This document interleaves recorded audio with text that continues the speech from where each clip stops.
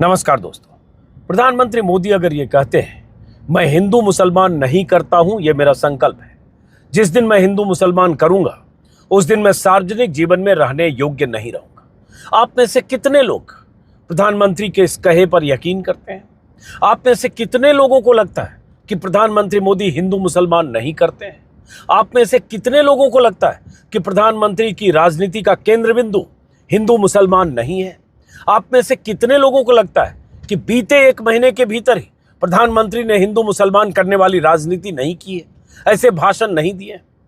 मुझे लगता है जो प्रधानमंत्री मोदी के पक्के वाले समर्थक होंगे उन्हें भी पता होगा कि मोदी जी क्या इन दिनों बोल रहे हैं, क्या मोदी जी करते हैं और किस तरह की उनकी राजनीति है। कल प्रधानमंत्री मोदी अपने नामांकन के लिए बनारस में थे, काशी में, और कई चैनलों को और कई चैनलों के चुनिंदा एंकर्स को प्रधानमंत्री मोदी ने इंटरव्यू दिया, अलग अलग लोकेशन पर, गंगा में भी, स्टीमर पर शायद। बहुत भावनात्मक तरीके से भावनात्मक सवाल भी पूछे गए, इमोशनल टाइप से प्रधानमंत्री मोदी ने जवाब भी दिया। एक चैनल से बातचीत में, इंटरव्यू के दौरान प्रधानमंत्री मोदी थोड़े भावुक हो गए, माँ गंगा और अपनी माँ को याद करते हुए। उनकी भावुकता कैमरे में कैद हुई। उसके बाद 2-3 जो बाकी इंटरव्यू करने वाले थे, शायद उन्होंने भी कोशिश की कि वैसी भावुकता, कुछ आंसू, कुछ रोने जैसा माहौल प्रधानमंत्री का उनके कैमरे में भी कैद हो। लेकिन जो कुछ हुआ आपने देखा। भगवान का जिक्र, परमात्मा का जिक्र, उस पर आगे आता हूं। उन्हें परमात्मा ने भेजा है, परमात्मा ने ही उन्हें सारे कामों के लिए चुना है। जो काम परमात्मा ने दिया है, जो ड्यूटी लगाई गई है, वही ड्यूटी मोदी जी कर रहे हैं। ये सब टाइप की बातें संत महंत की तरह प्रवचन देते प्रधानमंत्री मोदी कल इंटरव्यू में दिखे। वो इंटरव्यू देने का अंदाज ऐसा था जैसे महात्मा जी प्रवचन दे रहे हैं जो माया मोह से मुक्त हैं। लेकिन उसी में से एक इंटरव्यू में प्रधानमंत्री मोदी से न्यूज़ 18 की एंकर ने, रूबिका लियाकत ने, पूछा कि क्या जरूरत पड़ गई ये घुसपैठिया और ज्यादा बच्चे पैदा करने वाली बात कहने की आपको?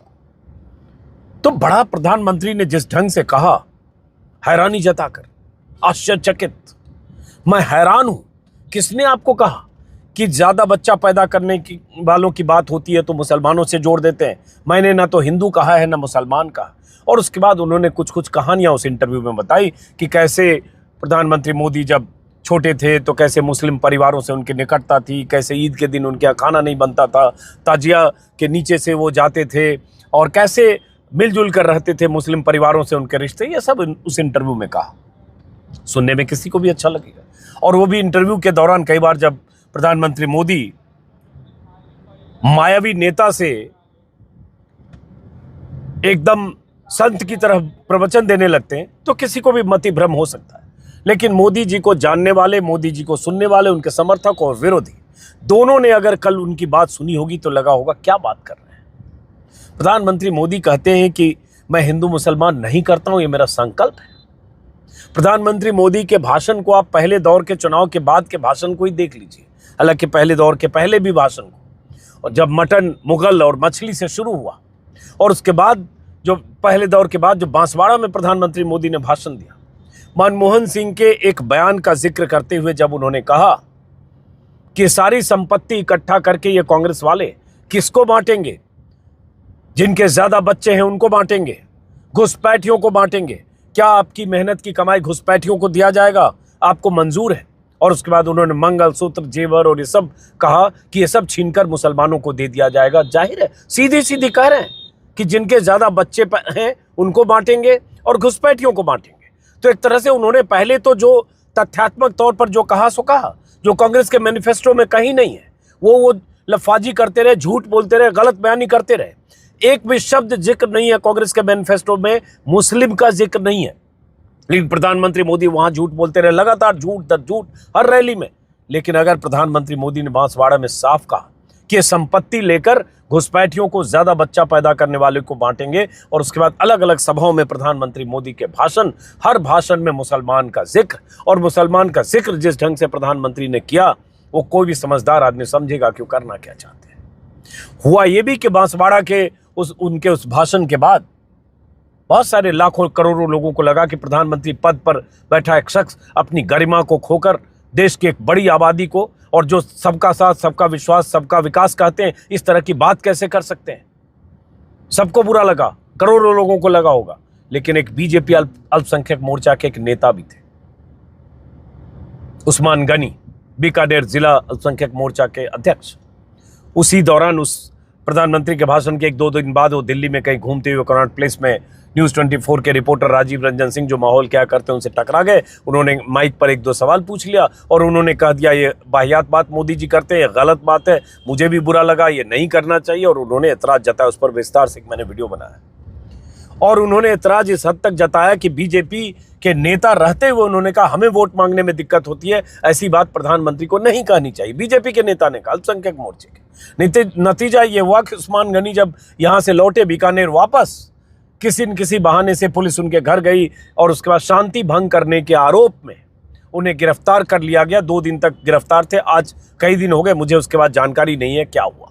उन्होंने, जब मैंने भी कॉल किया था, मैंने उनसे लंबी बात की थी उस्मान गनी से, जब उनके बयान के बाद, जब उनका बयान वायरल हुआ, मेरे यूट्यूब चैनल पर मौजूद है। और उसके बाद जब गिरफ्तारी हुई, मैंने एक टेक्स्ट उनके मोबाइल पर किया, एक सिर्फ जवाब आया अरेस्टेड। तो अपनी पार्टी के नेता की गिरफ्तारी हो गई, उस नेता की जो मोदी जी के लिए 15-17 साल से वोट मांग रहे थे, मोदी जी और उनकी पार्टी के लिए, 10 साल से तो मोदी जी के लिए, खास तौर से प्रधानमंत्री बनवाने के लिए। और उसके बाद मोदी जी के भाषण, वो सारे भाषण सब गूगल में दर्ज है, कपड़ों से पहचाने जाते हैं, किसने कहा, किसके लिए कहा, किस पर निशाना था। 2017 के चुनाव में शमशान और कब्रिस्तान किस पर निशाना था, किसके लिए कहा। योगी जी के इतने भाषण जिसमें कई बार बिना नाम लिए मुसलमानों को टारगेट करते हैं। बीजेपी नेताओं के तो दर्जनों भाषण है, सीधे सीधे ज़्यादा बच्चा पैदा करने वाली जमात कहकर मुसलमानों के खिलाफ मुहिम, गिरिराज सिंह से लेकर साक्षी महाराज से लेकर बीजेपी के शीर्ष नेतृत्व, तमाम नेताओं के भाषण है, गूगल सर्च करिए मिल जाएगा। और प्रधानमंत्री के भाषण तो बीते 15 दिनों के भाषण तो हैं ही, जिस पर एतराज चुनाव आयोग में विपक्षी दलों की तरफ से किया गया है। चुनाव आयोग में चिट्ठियां लिखी गई है, 17-18 हज़ार लोगों ने दस्तखत करके प्रधानमंत्री के भाषण को हेट स्पीच कहते हुए बांसवाड़ा के भाषण को चुनाव आयोग में शिकायत दर्ज कराई। लेकिन नतीजा ये हुआ कि चुनाव आयोग ने प्रधानमंत्री से तो जवाब तलब नहीं किया, जेपी नड्डा को नोटिस भेजा कि अपने स्टार प्रचारक की भाषा पर नजर रखनी चाहिए। और प्रधानमंत्री कहते हैं कि वो मुसलमान और हिंदू मुसलमान की बात नहीं करते, हिंदू मुसलमान नहीं करता हूं, ये मेरा संकल्प है। ये इतना ही बड़ा झूठ है। मैं चल रहा हूं बाहर, आपको रोशनी दिख रही है, अगर मैं कहूं ये रात है, इतना ही बड़ा झूठ है। प्रधानमंत्री मोदी की शख्सियत, उनकी राजनीति बीते 10 सालों से कहीं प्रत्यक्ष तौर पर, कहीं परोक्ष तौर पर, कई बार होता हाथी के दांत खाने की ओर, दिखाने की ओर, खुद नहीं बोलते, उनकी पार्टी के लोग बोलते हैं, लेकिन किस तरह की राजनीति हो रही है, किस तरह से एक धर्म विशेष को हाशिए पर रखने की कोशिश होती है। अगर आप मुसलमानों के प्रति इतने संजीदा हैं, पूरी बीजेपी में भी मुसलमानों की नुमाइंदगी क्या है? उत्तर प्रदेश में आप 400 से ज्यादा सीटों वाली विधानसभा में आप एक भी सीट मुसलमान को नहीं दे पाते हैं। पूरी लोकसभा में आपके 303 सांसद हैं, चुने हुए तो छोड़िए, टिकट तक नहीं देते। इस चुनाव में भी किसी को टिकट नहीं दिए, एक मुसलमान आपको नहीं मिलता टिकट देने के लिए।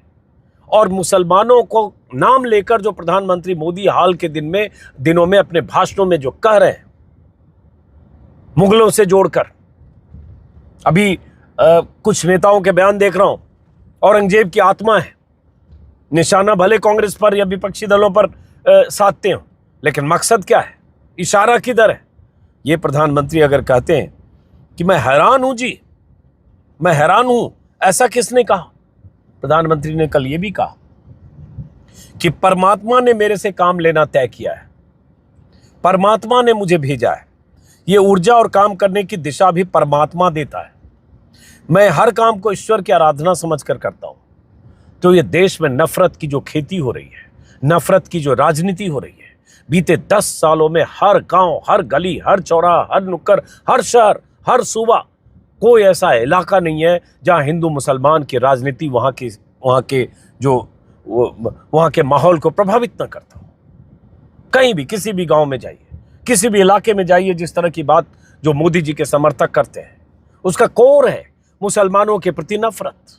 विस्तार में जाऊंगा तो मोदी जी के ही तरह तरह के बयान और हैं, और कांग्रेस के, माफ करें, बीजेपी के नेताओं के और हैं। वो बयान क्या कहते हैं और कई बार एक्ट क्या होता है, वो बहुत मायने रखता है। आप अभी कल ही हेमंत बिस्वा का बयान आया कि हमें 400 इसलिए दो ताकि हम मथुरा और काशी में मंदिर बनवा सकें, और इस तरह के बहुत सारे बयान हैं। हेमंत बिस्वा तो बहुत विवादित बयान देते हैं, मुसलमानों को मियां भाई कहकर टारगेट करते हुए। और ये सब चुनाव के मौसम में इसलिए हो रहा है क्योंकि चुनाव में दाल गलती नहीं दिख रही है। लगा कि हिंदू मुसलमान का एजेंडा ही अब आखिरी हथियार है, क्योंकि जो मोदी की गारंटियां हैं वो शायद उन्हें रिटर्न नहीं दे रही है, या जो पहले दौर के चुनाव में झटके के अंदेशे से प्रधानमंत्री मोदी इस पर आ गए और इसके बाद बयानबाजियां। मुद्दा ये नहीं है, आप अगर करते हैं तो कहिए क्या ये करते हैं, ये ढकोसला, ये चोचलेबाजी, और उसके बाद फिर उस तरह की हरकतें, उस तरह के बयान, और ये कहना मैं हिंदू मुसलमान नहीं करता हूँ, ये संकल्प। तो मुझे लगा कि ये मीडिया का एक ऐसा तबका है देश में, बड़ा तबका, मुख्यधारा के चैनल में सवाल तो ये जरूर पूछा आपको जरूरत क्यों आ गई कि ऐसा करने की, लेकिन उसके बाद काउंटर सवाल 5-7 बनते हैं प्रधानमंत्री मोदी से उनके एक्ट को देखते हुए। उसका वो कहने लगेंगे भाई जो विकास के काम है सबके लिए है, शौचालय है तो सबको है, ये हो तो सबको लिए है, सरकारी स्कीम है तो सबके लिए, आयुष्मान भारत सबके लिए। मुद्दा वो है नहीं, वो तो आप स्कीम को धर्म के आधार पर आप बांट के नहीं कर सकते कि शौचालय हिंदुओं को दिया जाएगा मुसलमानों को नहीं। मुद्दा है कि आपकी सरकार का, आपकी पार्टी का रवैया, नजरिया, और उसके बाद हिस्सेदारी, सत्ता में हिस्सेदारी, और उसके प्रति जो अल्पसंख्यक आबादी है उसके प्रति आपकी सोच, और उस सोच को आप किस तरह से बहुसंख्यक की गोलबंदी करते हुए, बहुसंख्यक आबादी का ध्रुवीकरण करते हुए, बहुसंख्यक आबादी को उन अल्पसंख्यकों से डराते हुए अगर आप ये कहते हैं कि वो पार्टी सरकार में आ जाएगी, विपक्षी पार्टी, तो राम मंदिर के फैसले को पलट देगी। कहां से पलट देगी भाई? सुप्रीम कोर्ट का फैसला कौन पलट देगी? अगर आप कहते हैं राम मंदिर पर बाबरी ताला लग जाएगा तो क्या मकसद है? क्या समझ में नहीं आती बात लोगों को? और ये चुनाव में खुद प्रधानमंत्री मोदी कर रहे हैं।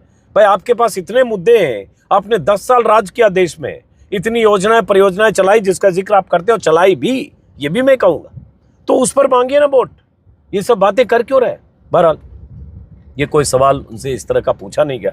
एक इमोशनल, भावुक सा इंटरव्यू हर चैनल पर एक मेरे ख्याल से 40 मिनट 30 मिनट जो भी टाइम उन्होंने दिया होगा, 5-7 चैनल को ऐसे इंटरव्यू दिए, और उसके बाद वही सब वायरल है। और उसके बाद जब मैं खाली ये पढ़ा, मैंने अभी अमेठी से रायबरेली जा रहा हूँ, तो मैं हिंदू मुसलमान नहीं करता हूँ, मेरा संकल्प है, तो लगा कि मैं भी अपने दिल की बात कहूँ। फिलहाल इस वीडियो को यहीं ख़त्म करते हैं, फिर मुलाकात होगी। अभी रायबरेली अमेठी इलाके में हूँ, बीच में कहीं और जाऊँगा चूँकि यहाँ वोटिंग है 20 तारीख को। नमस्कार।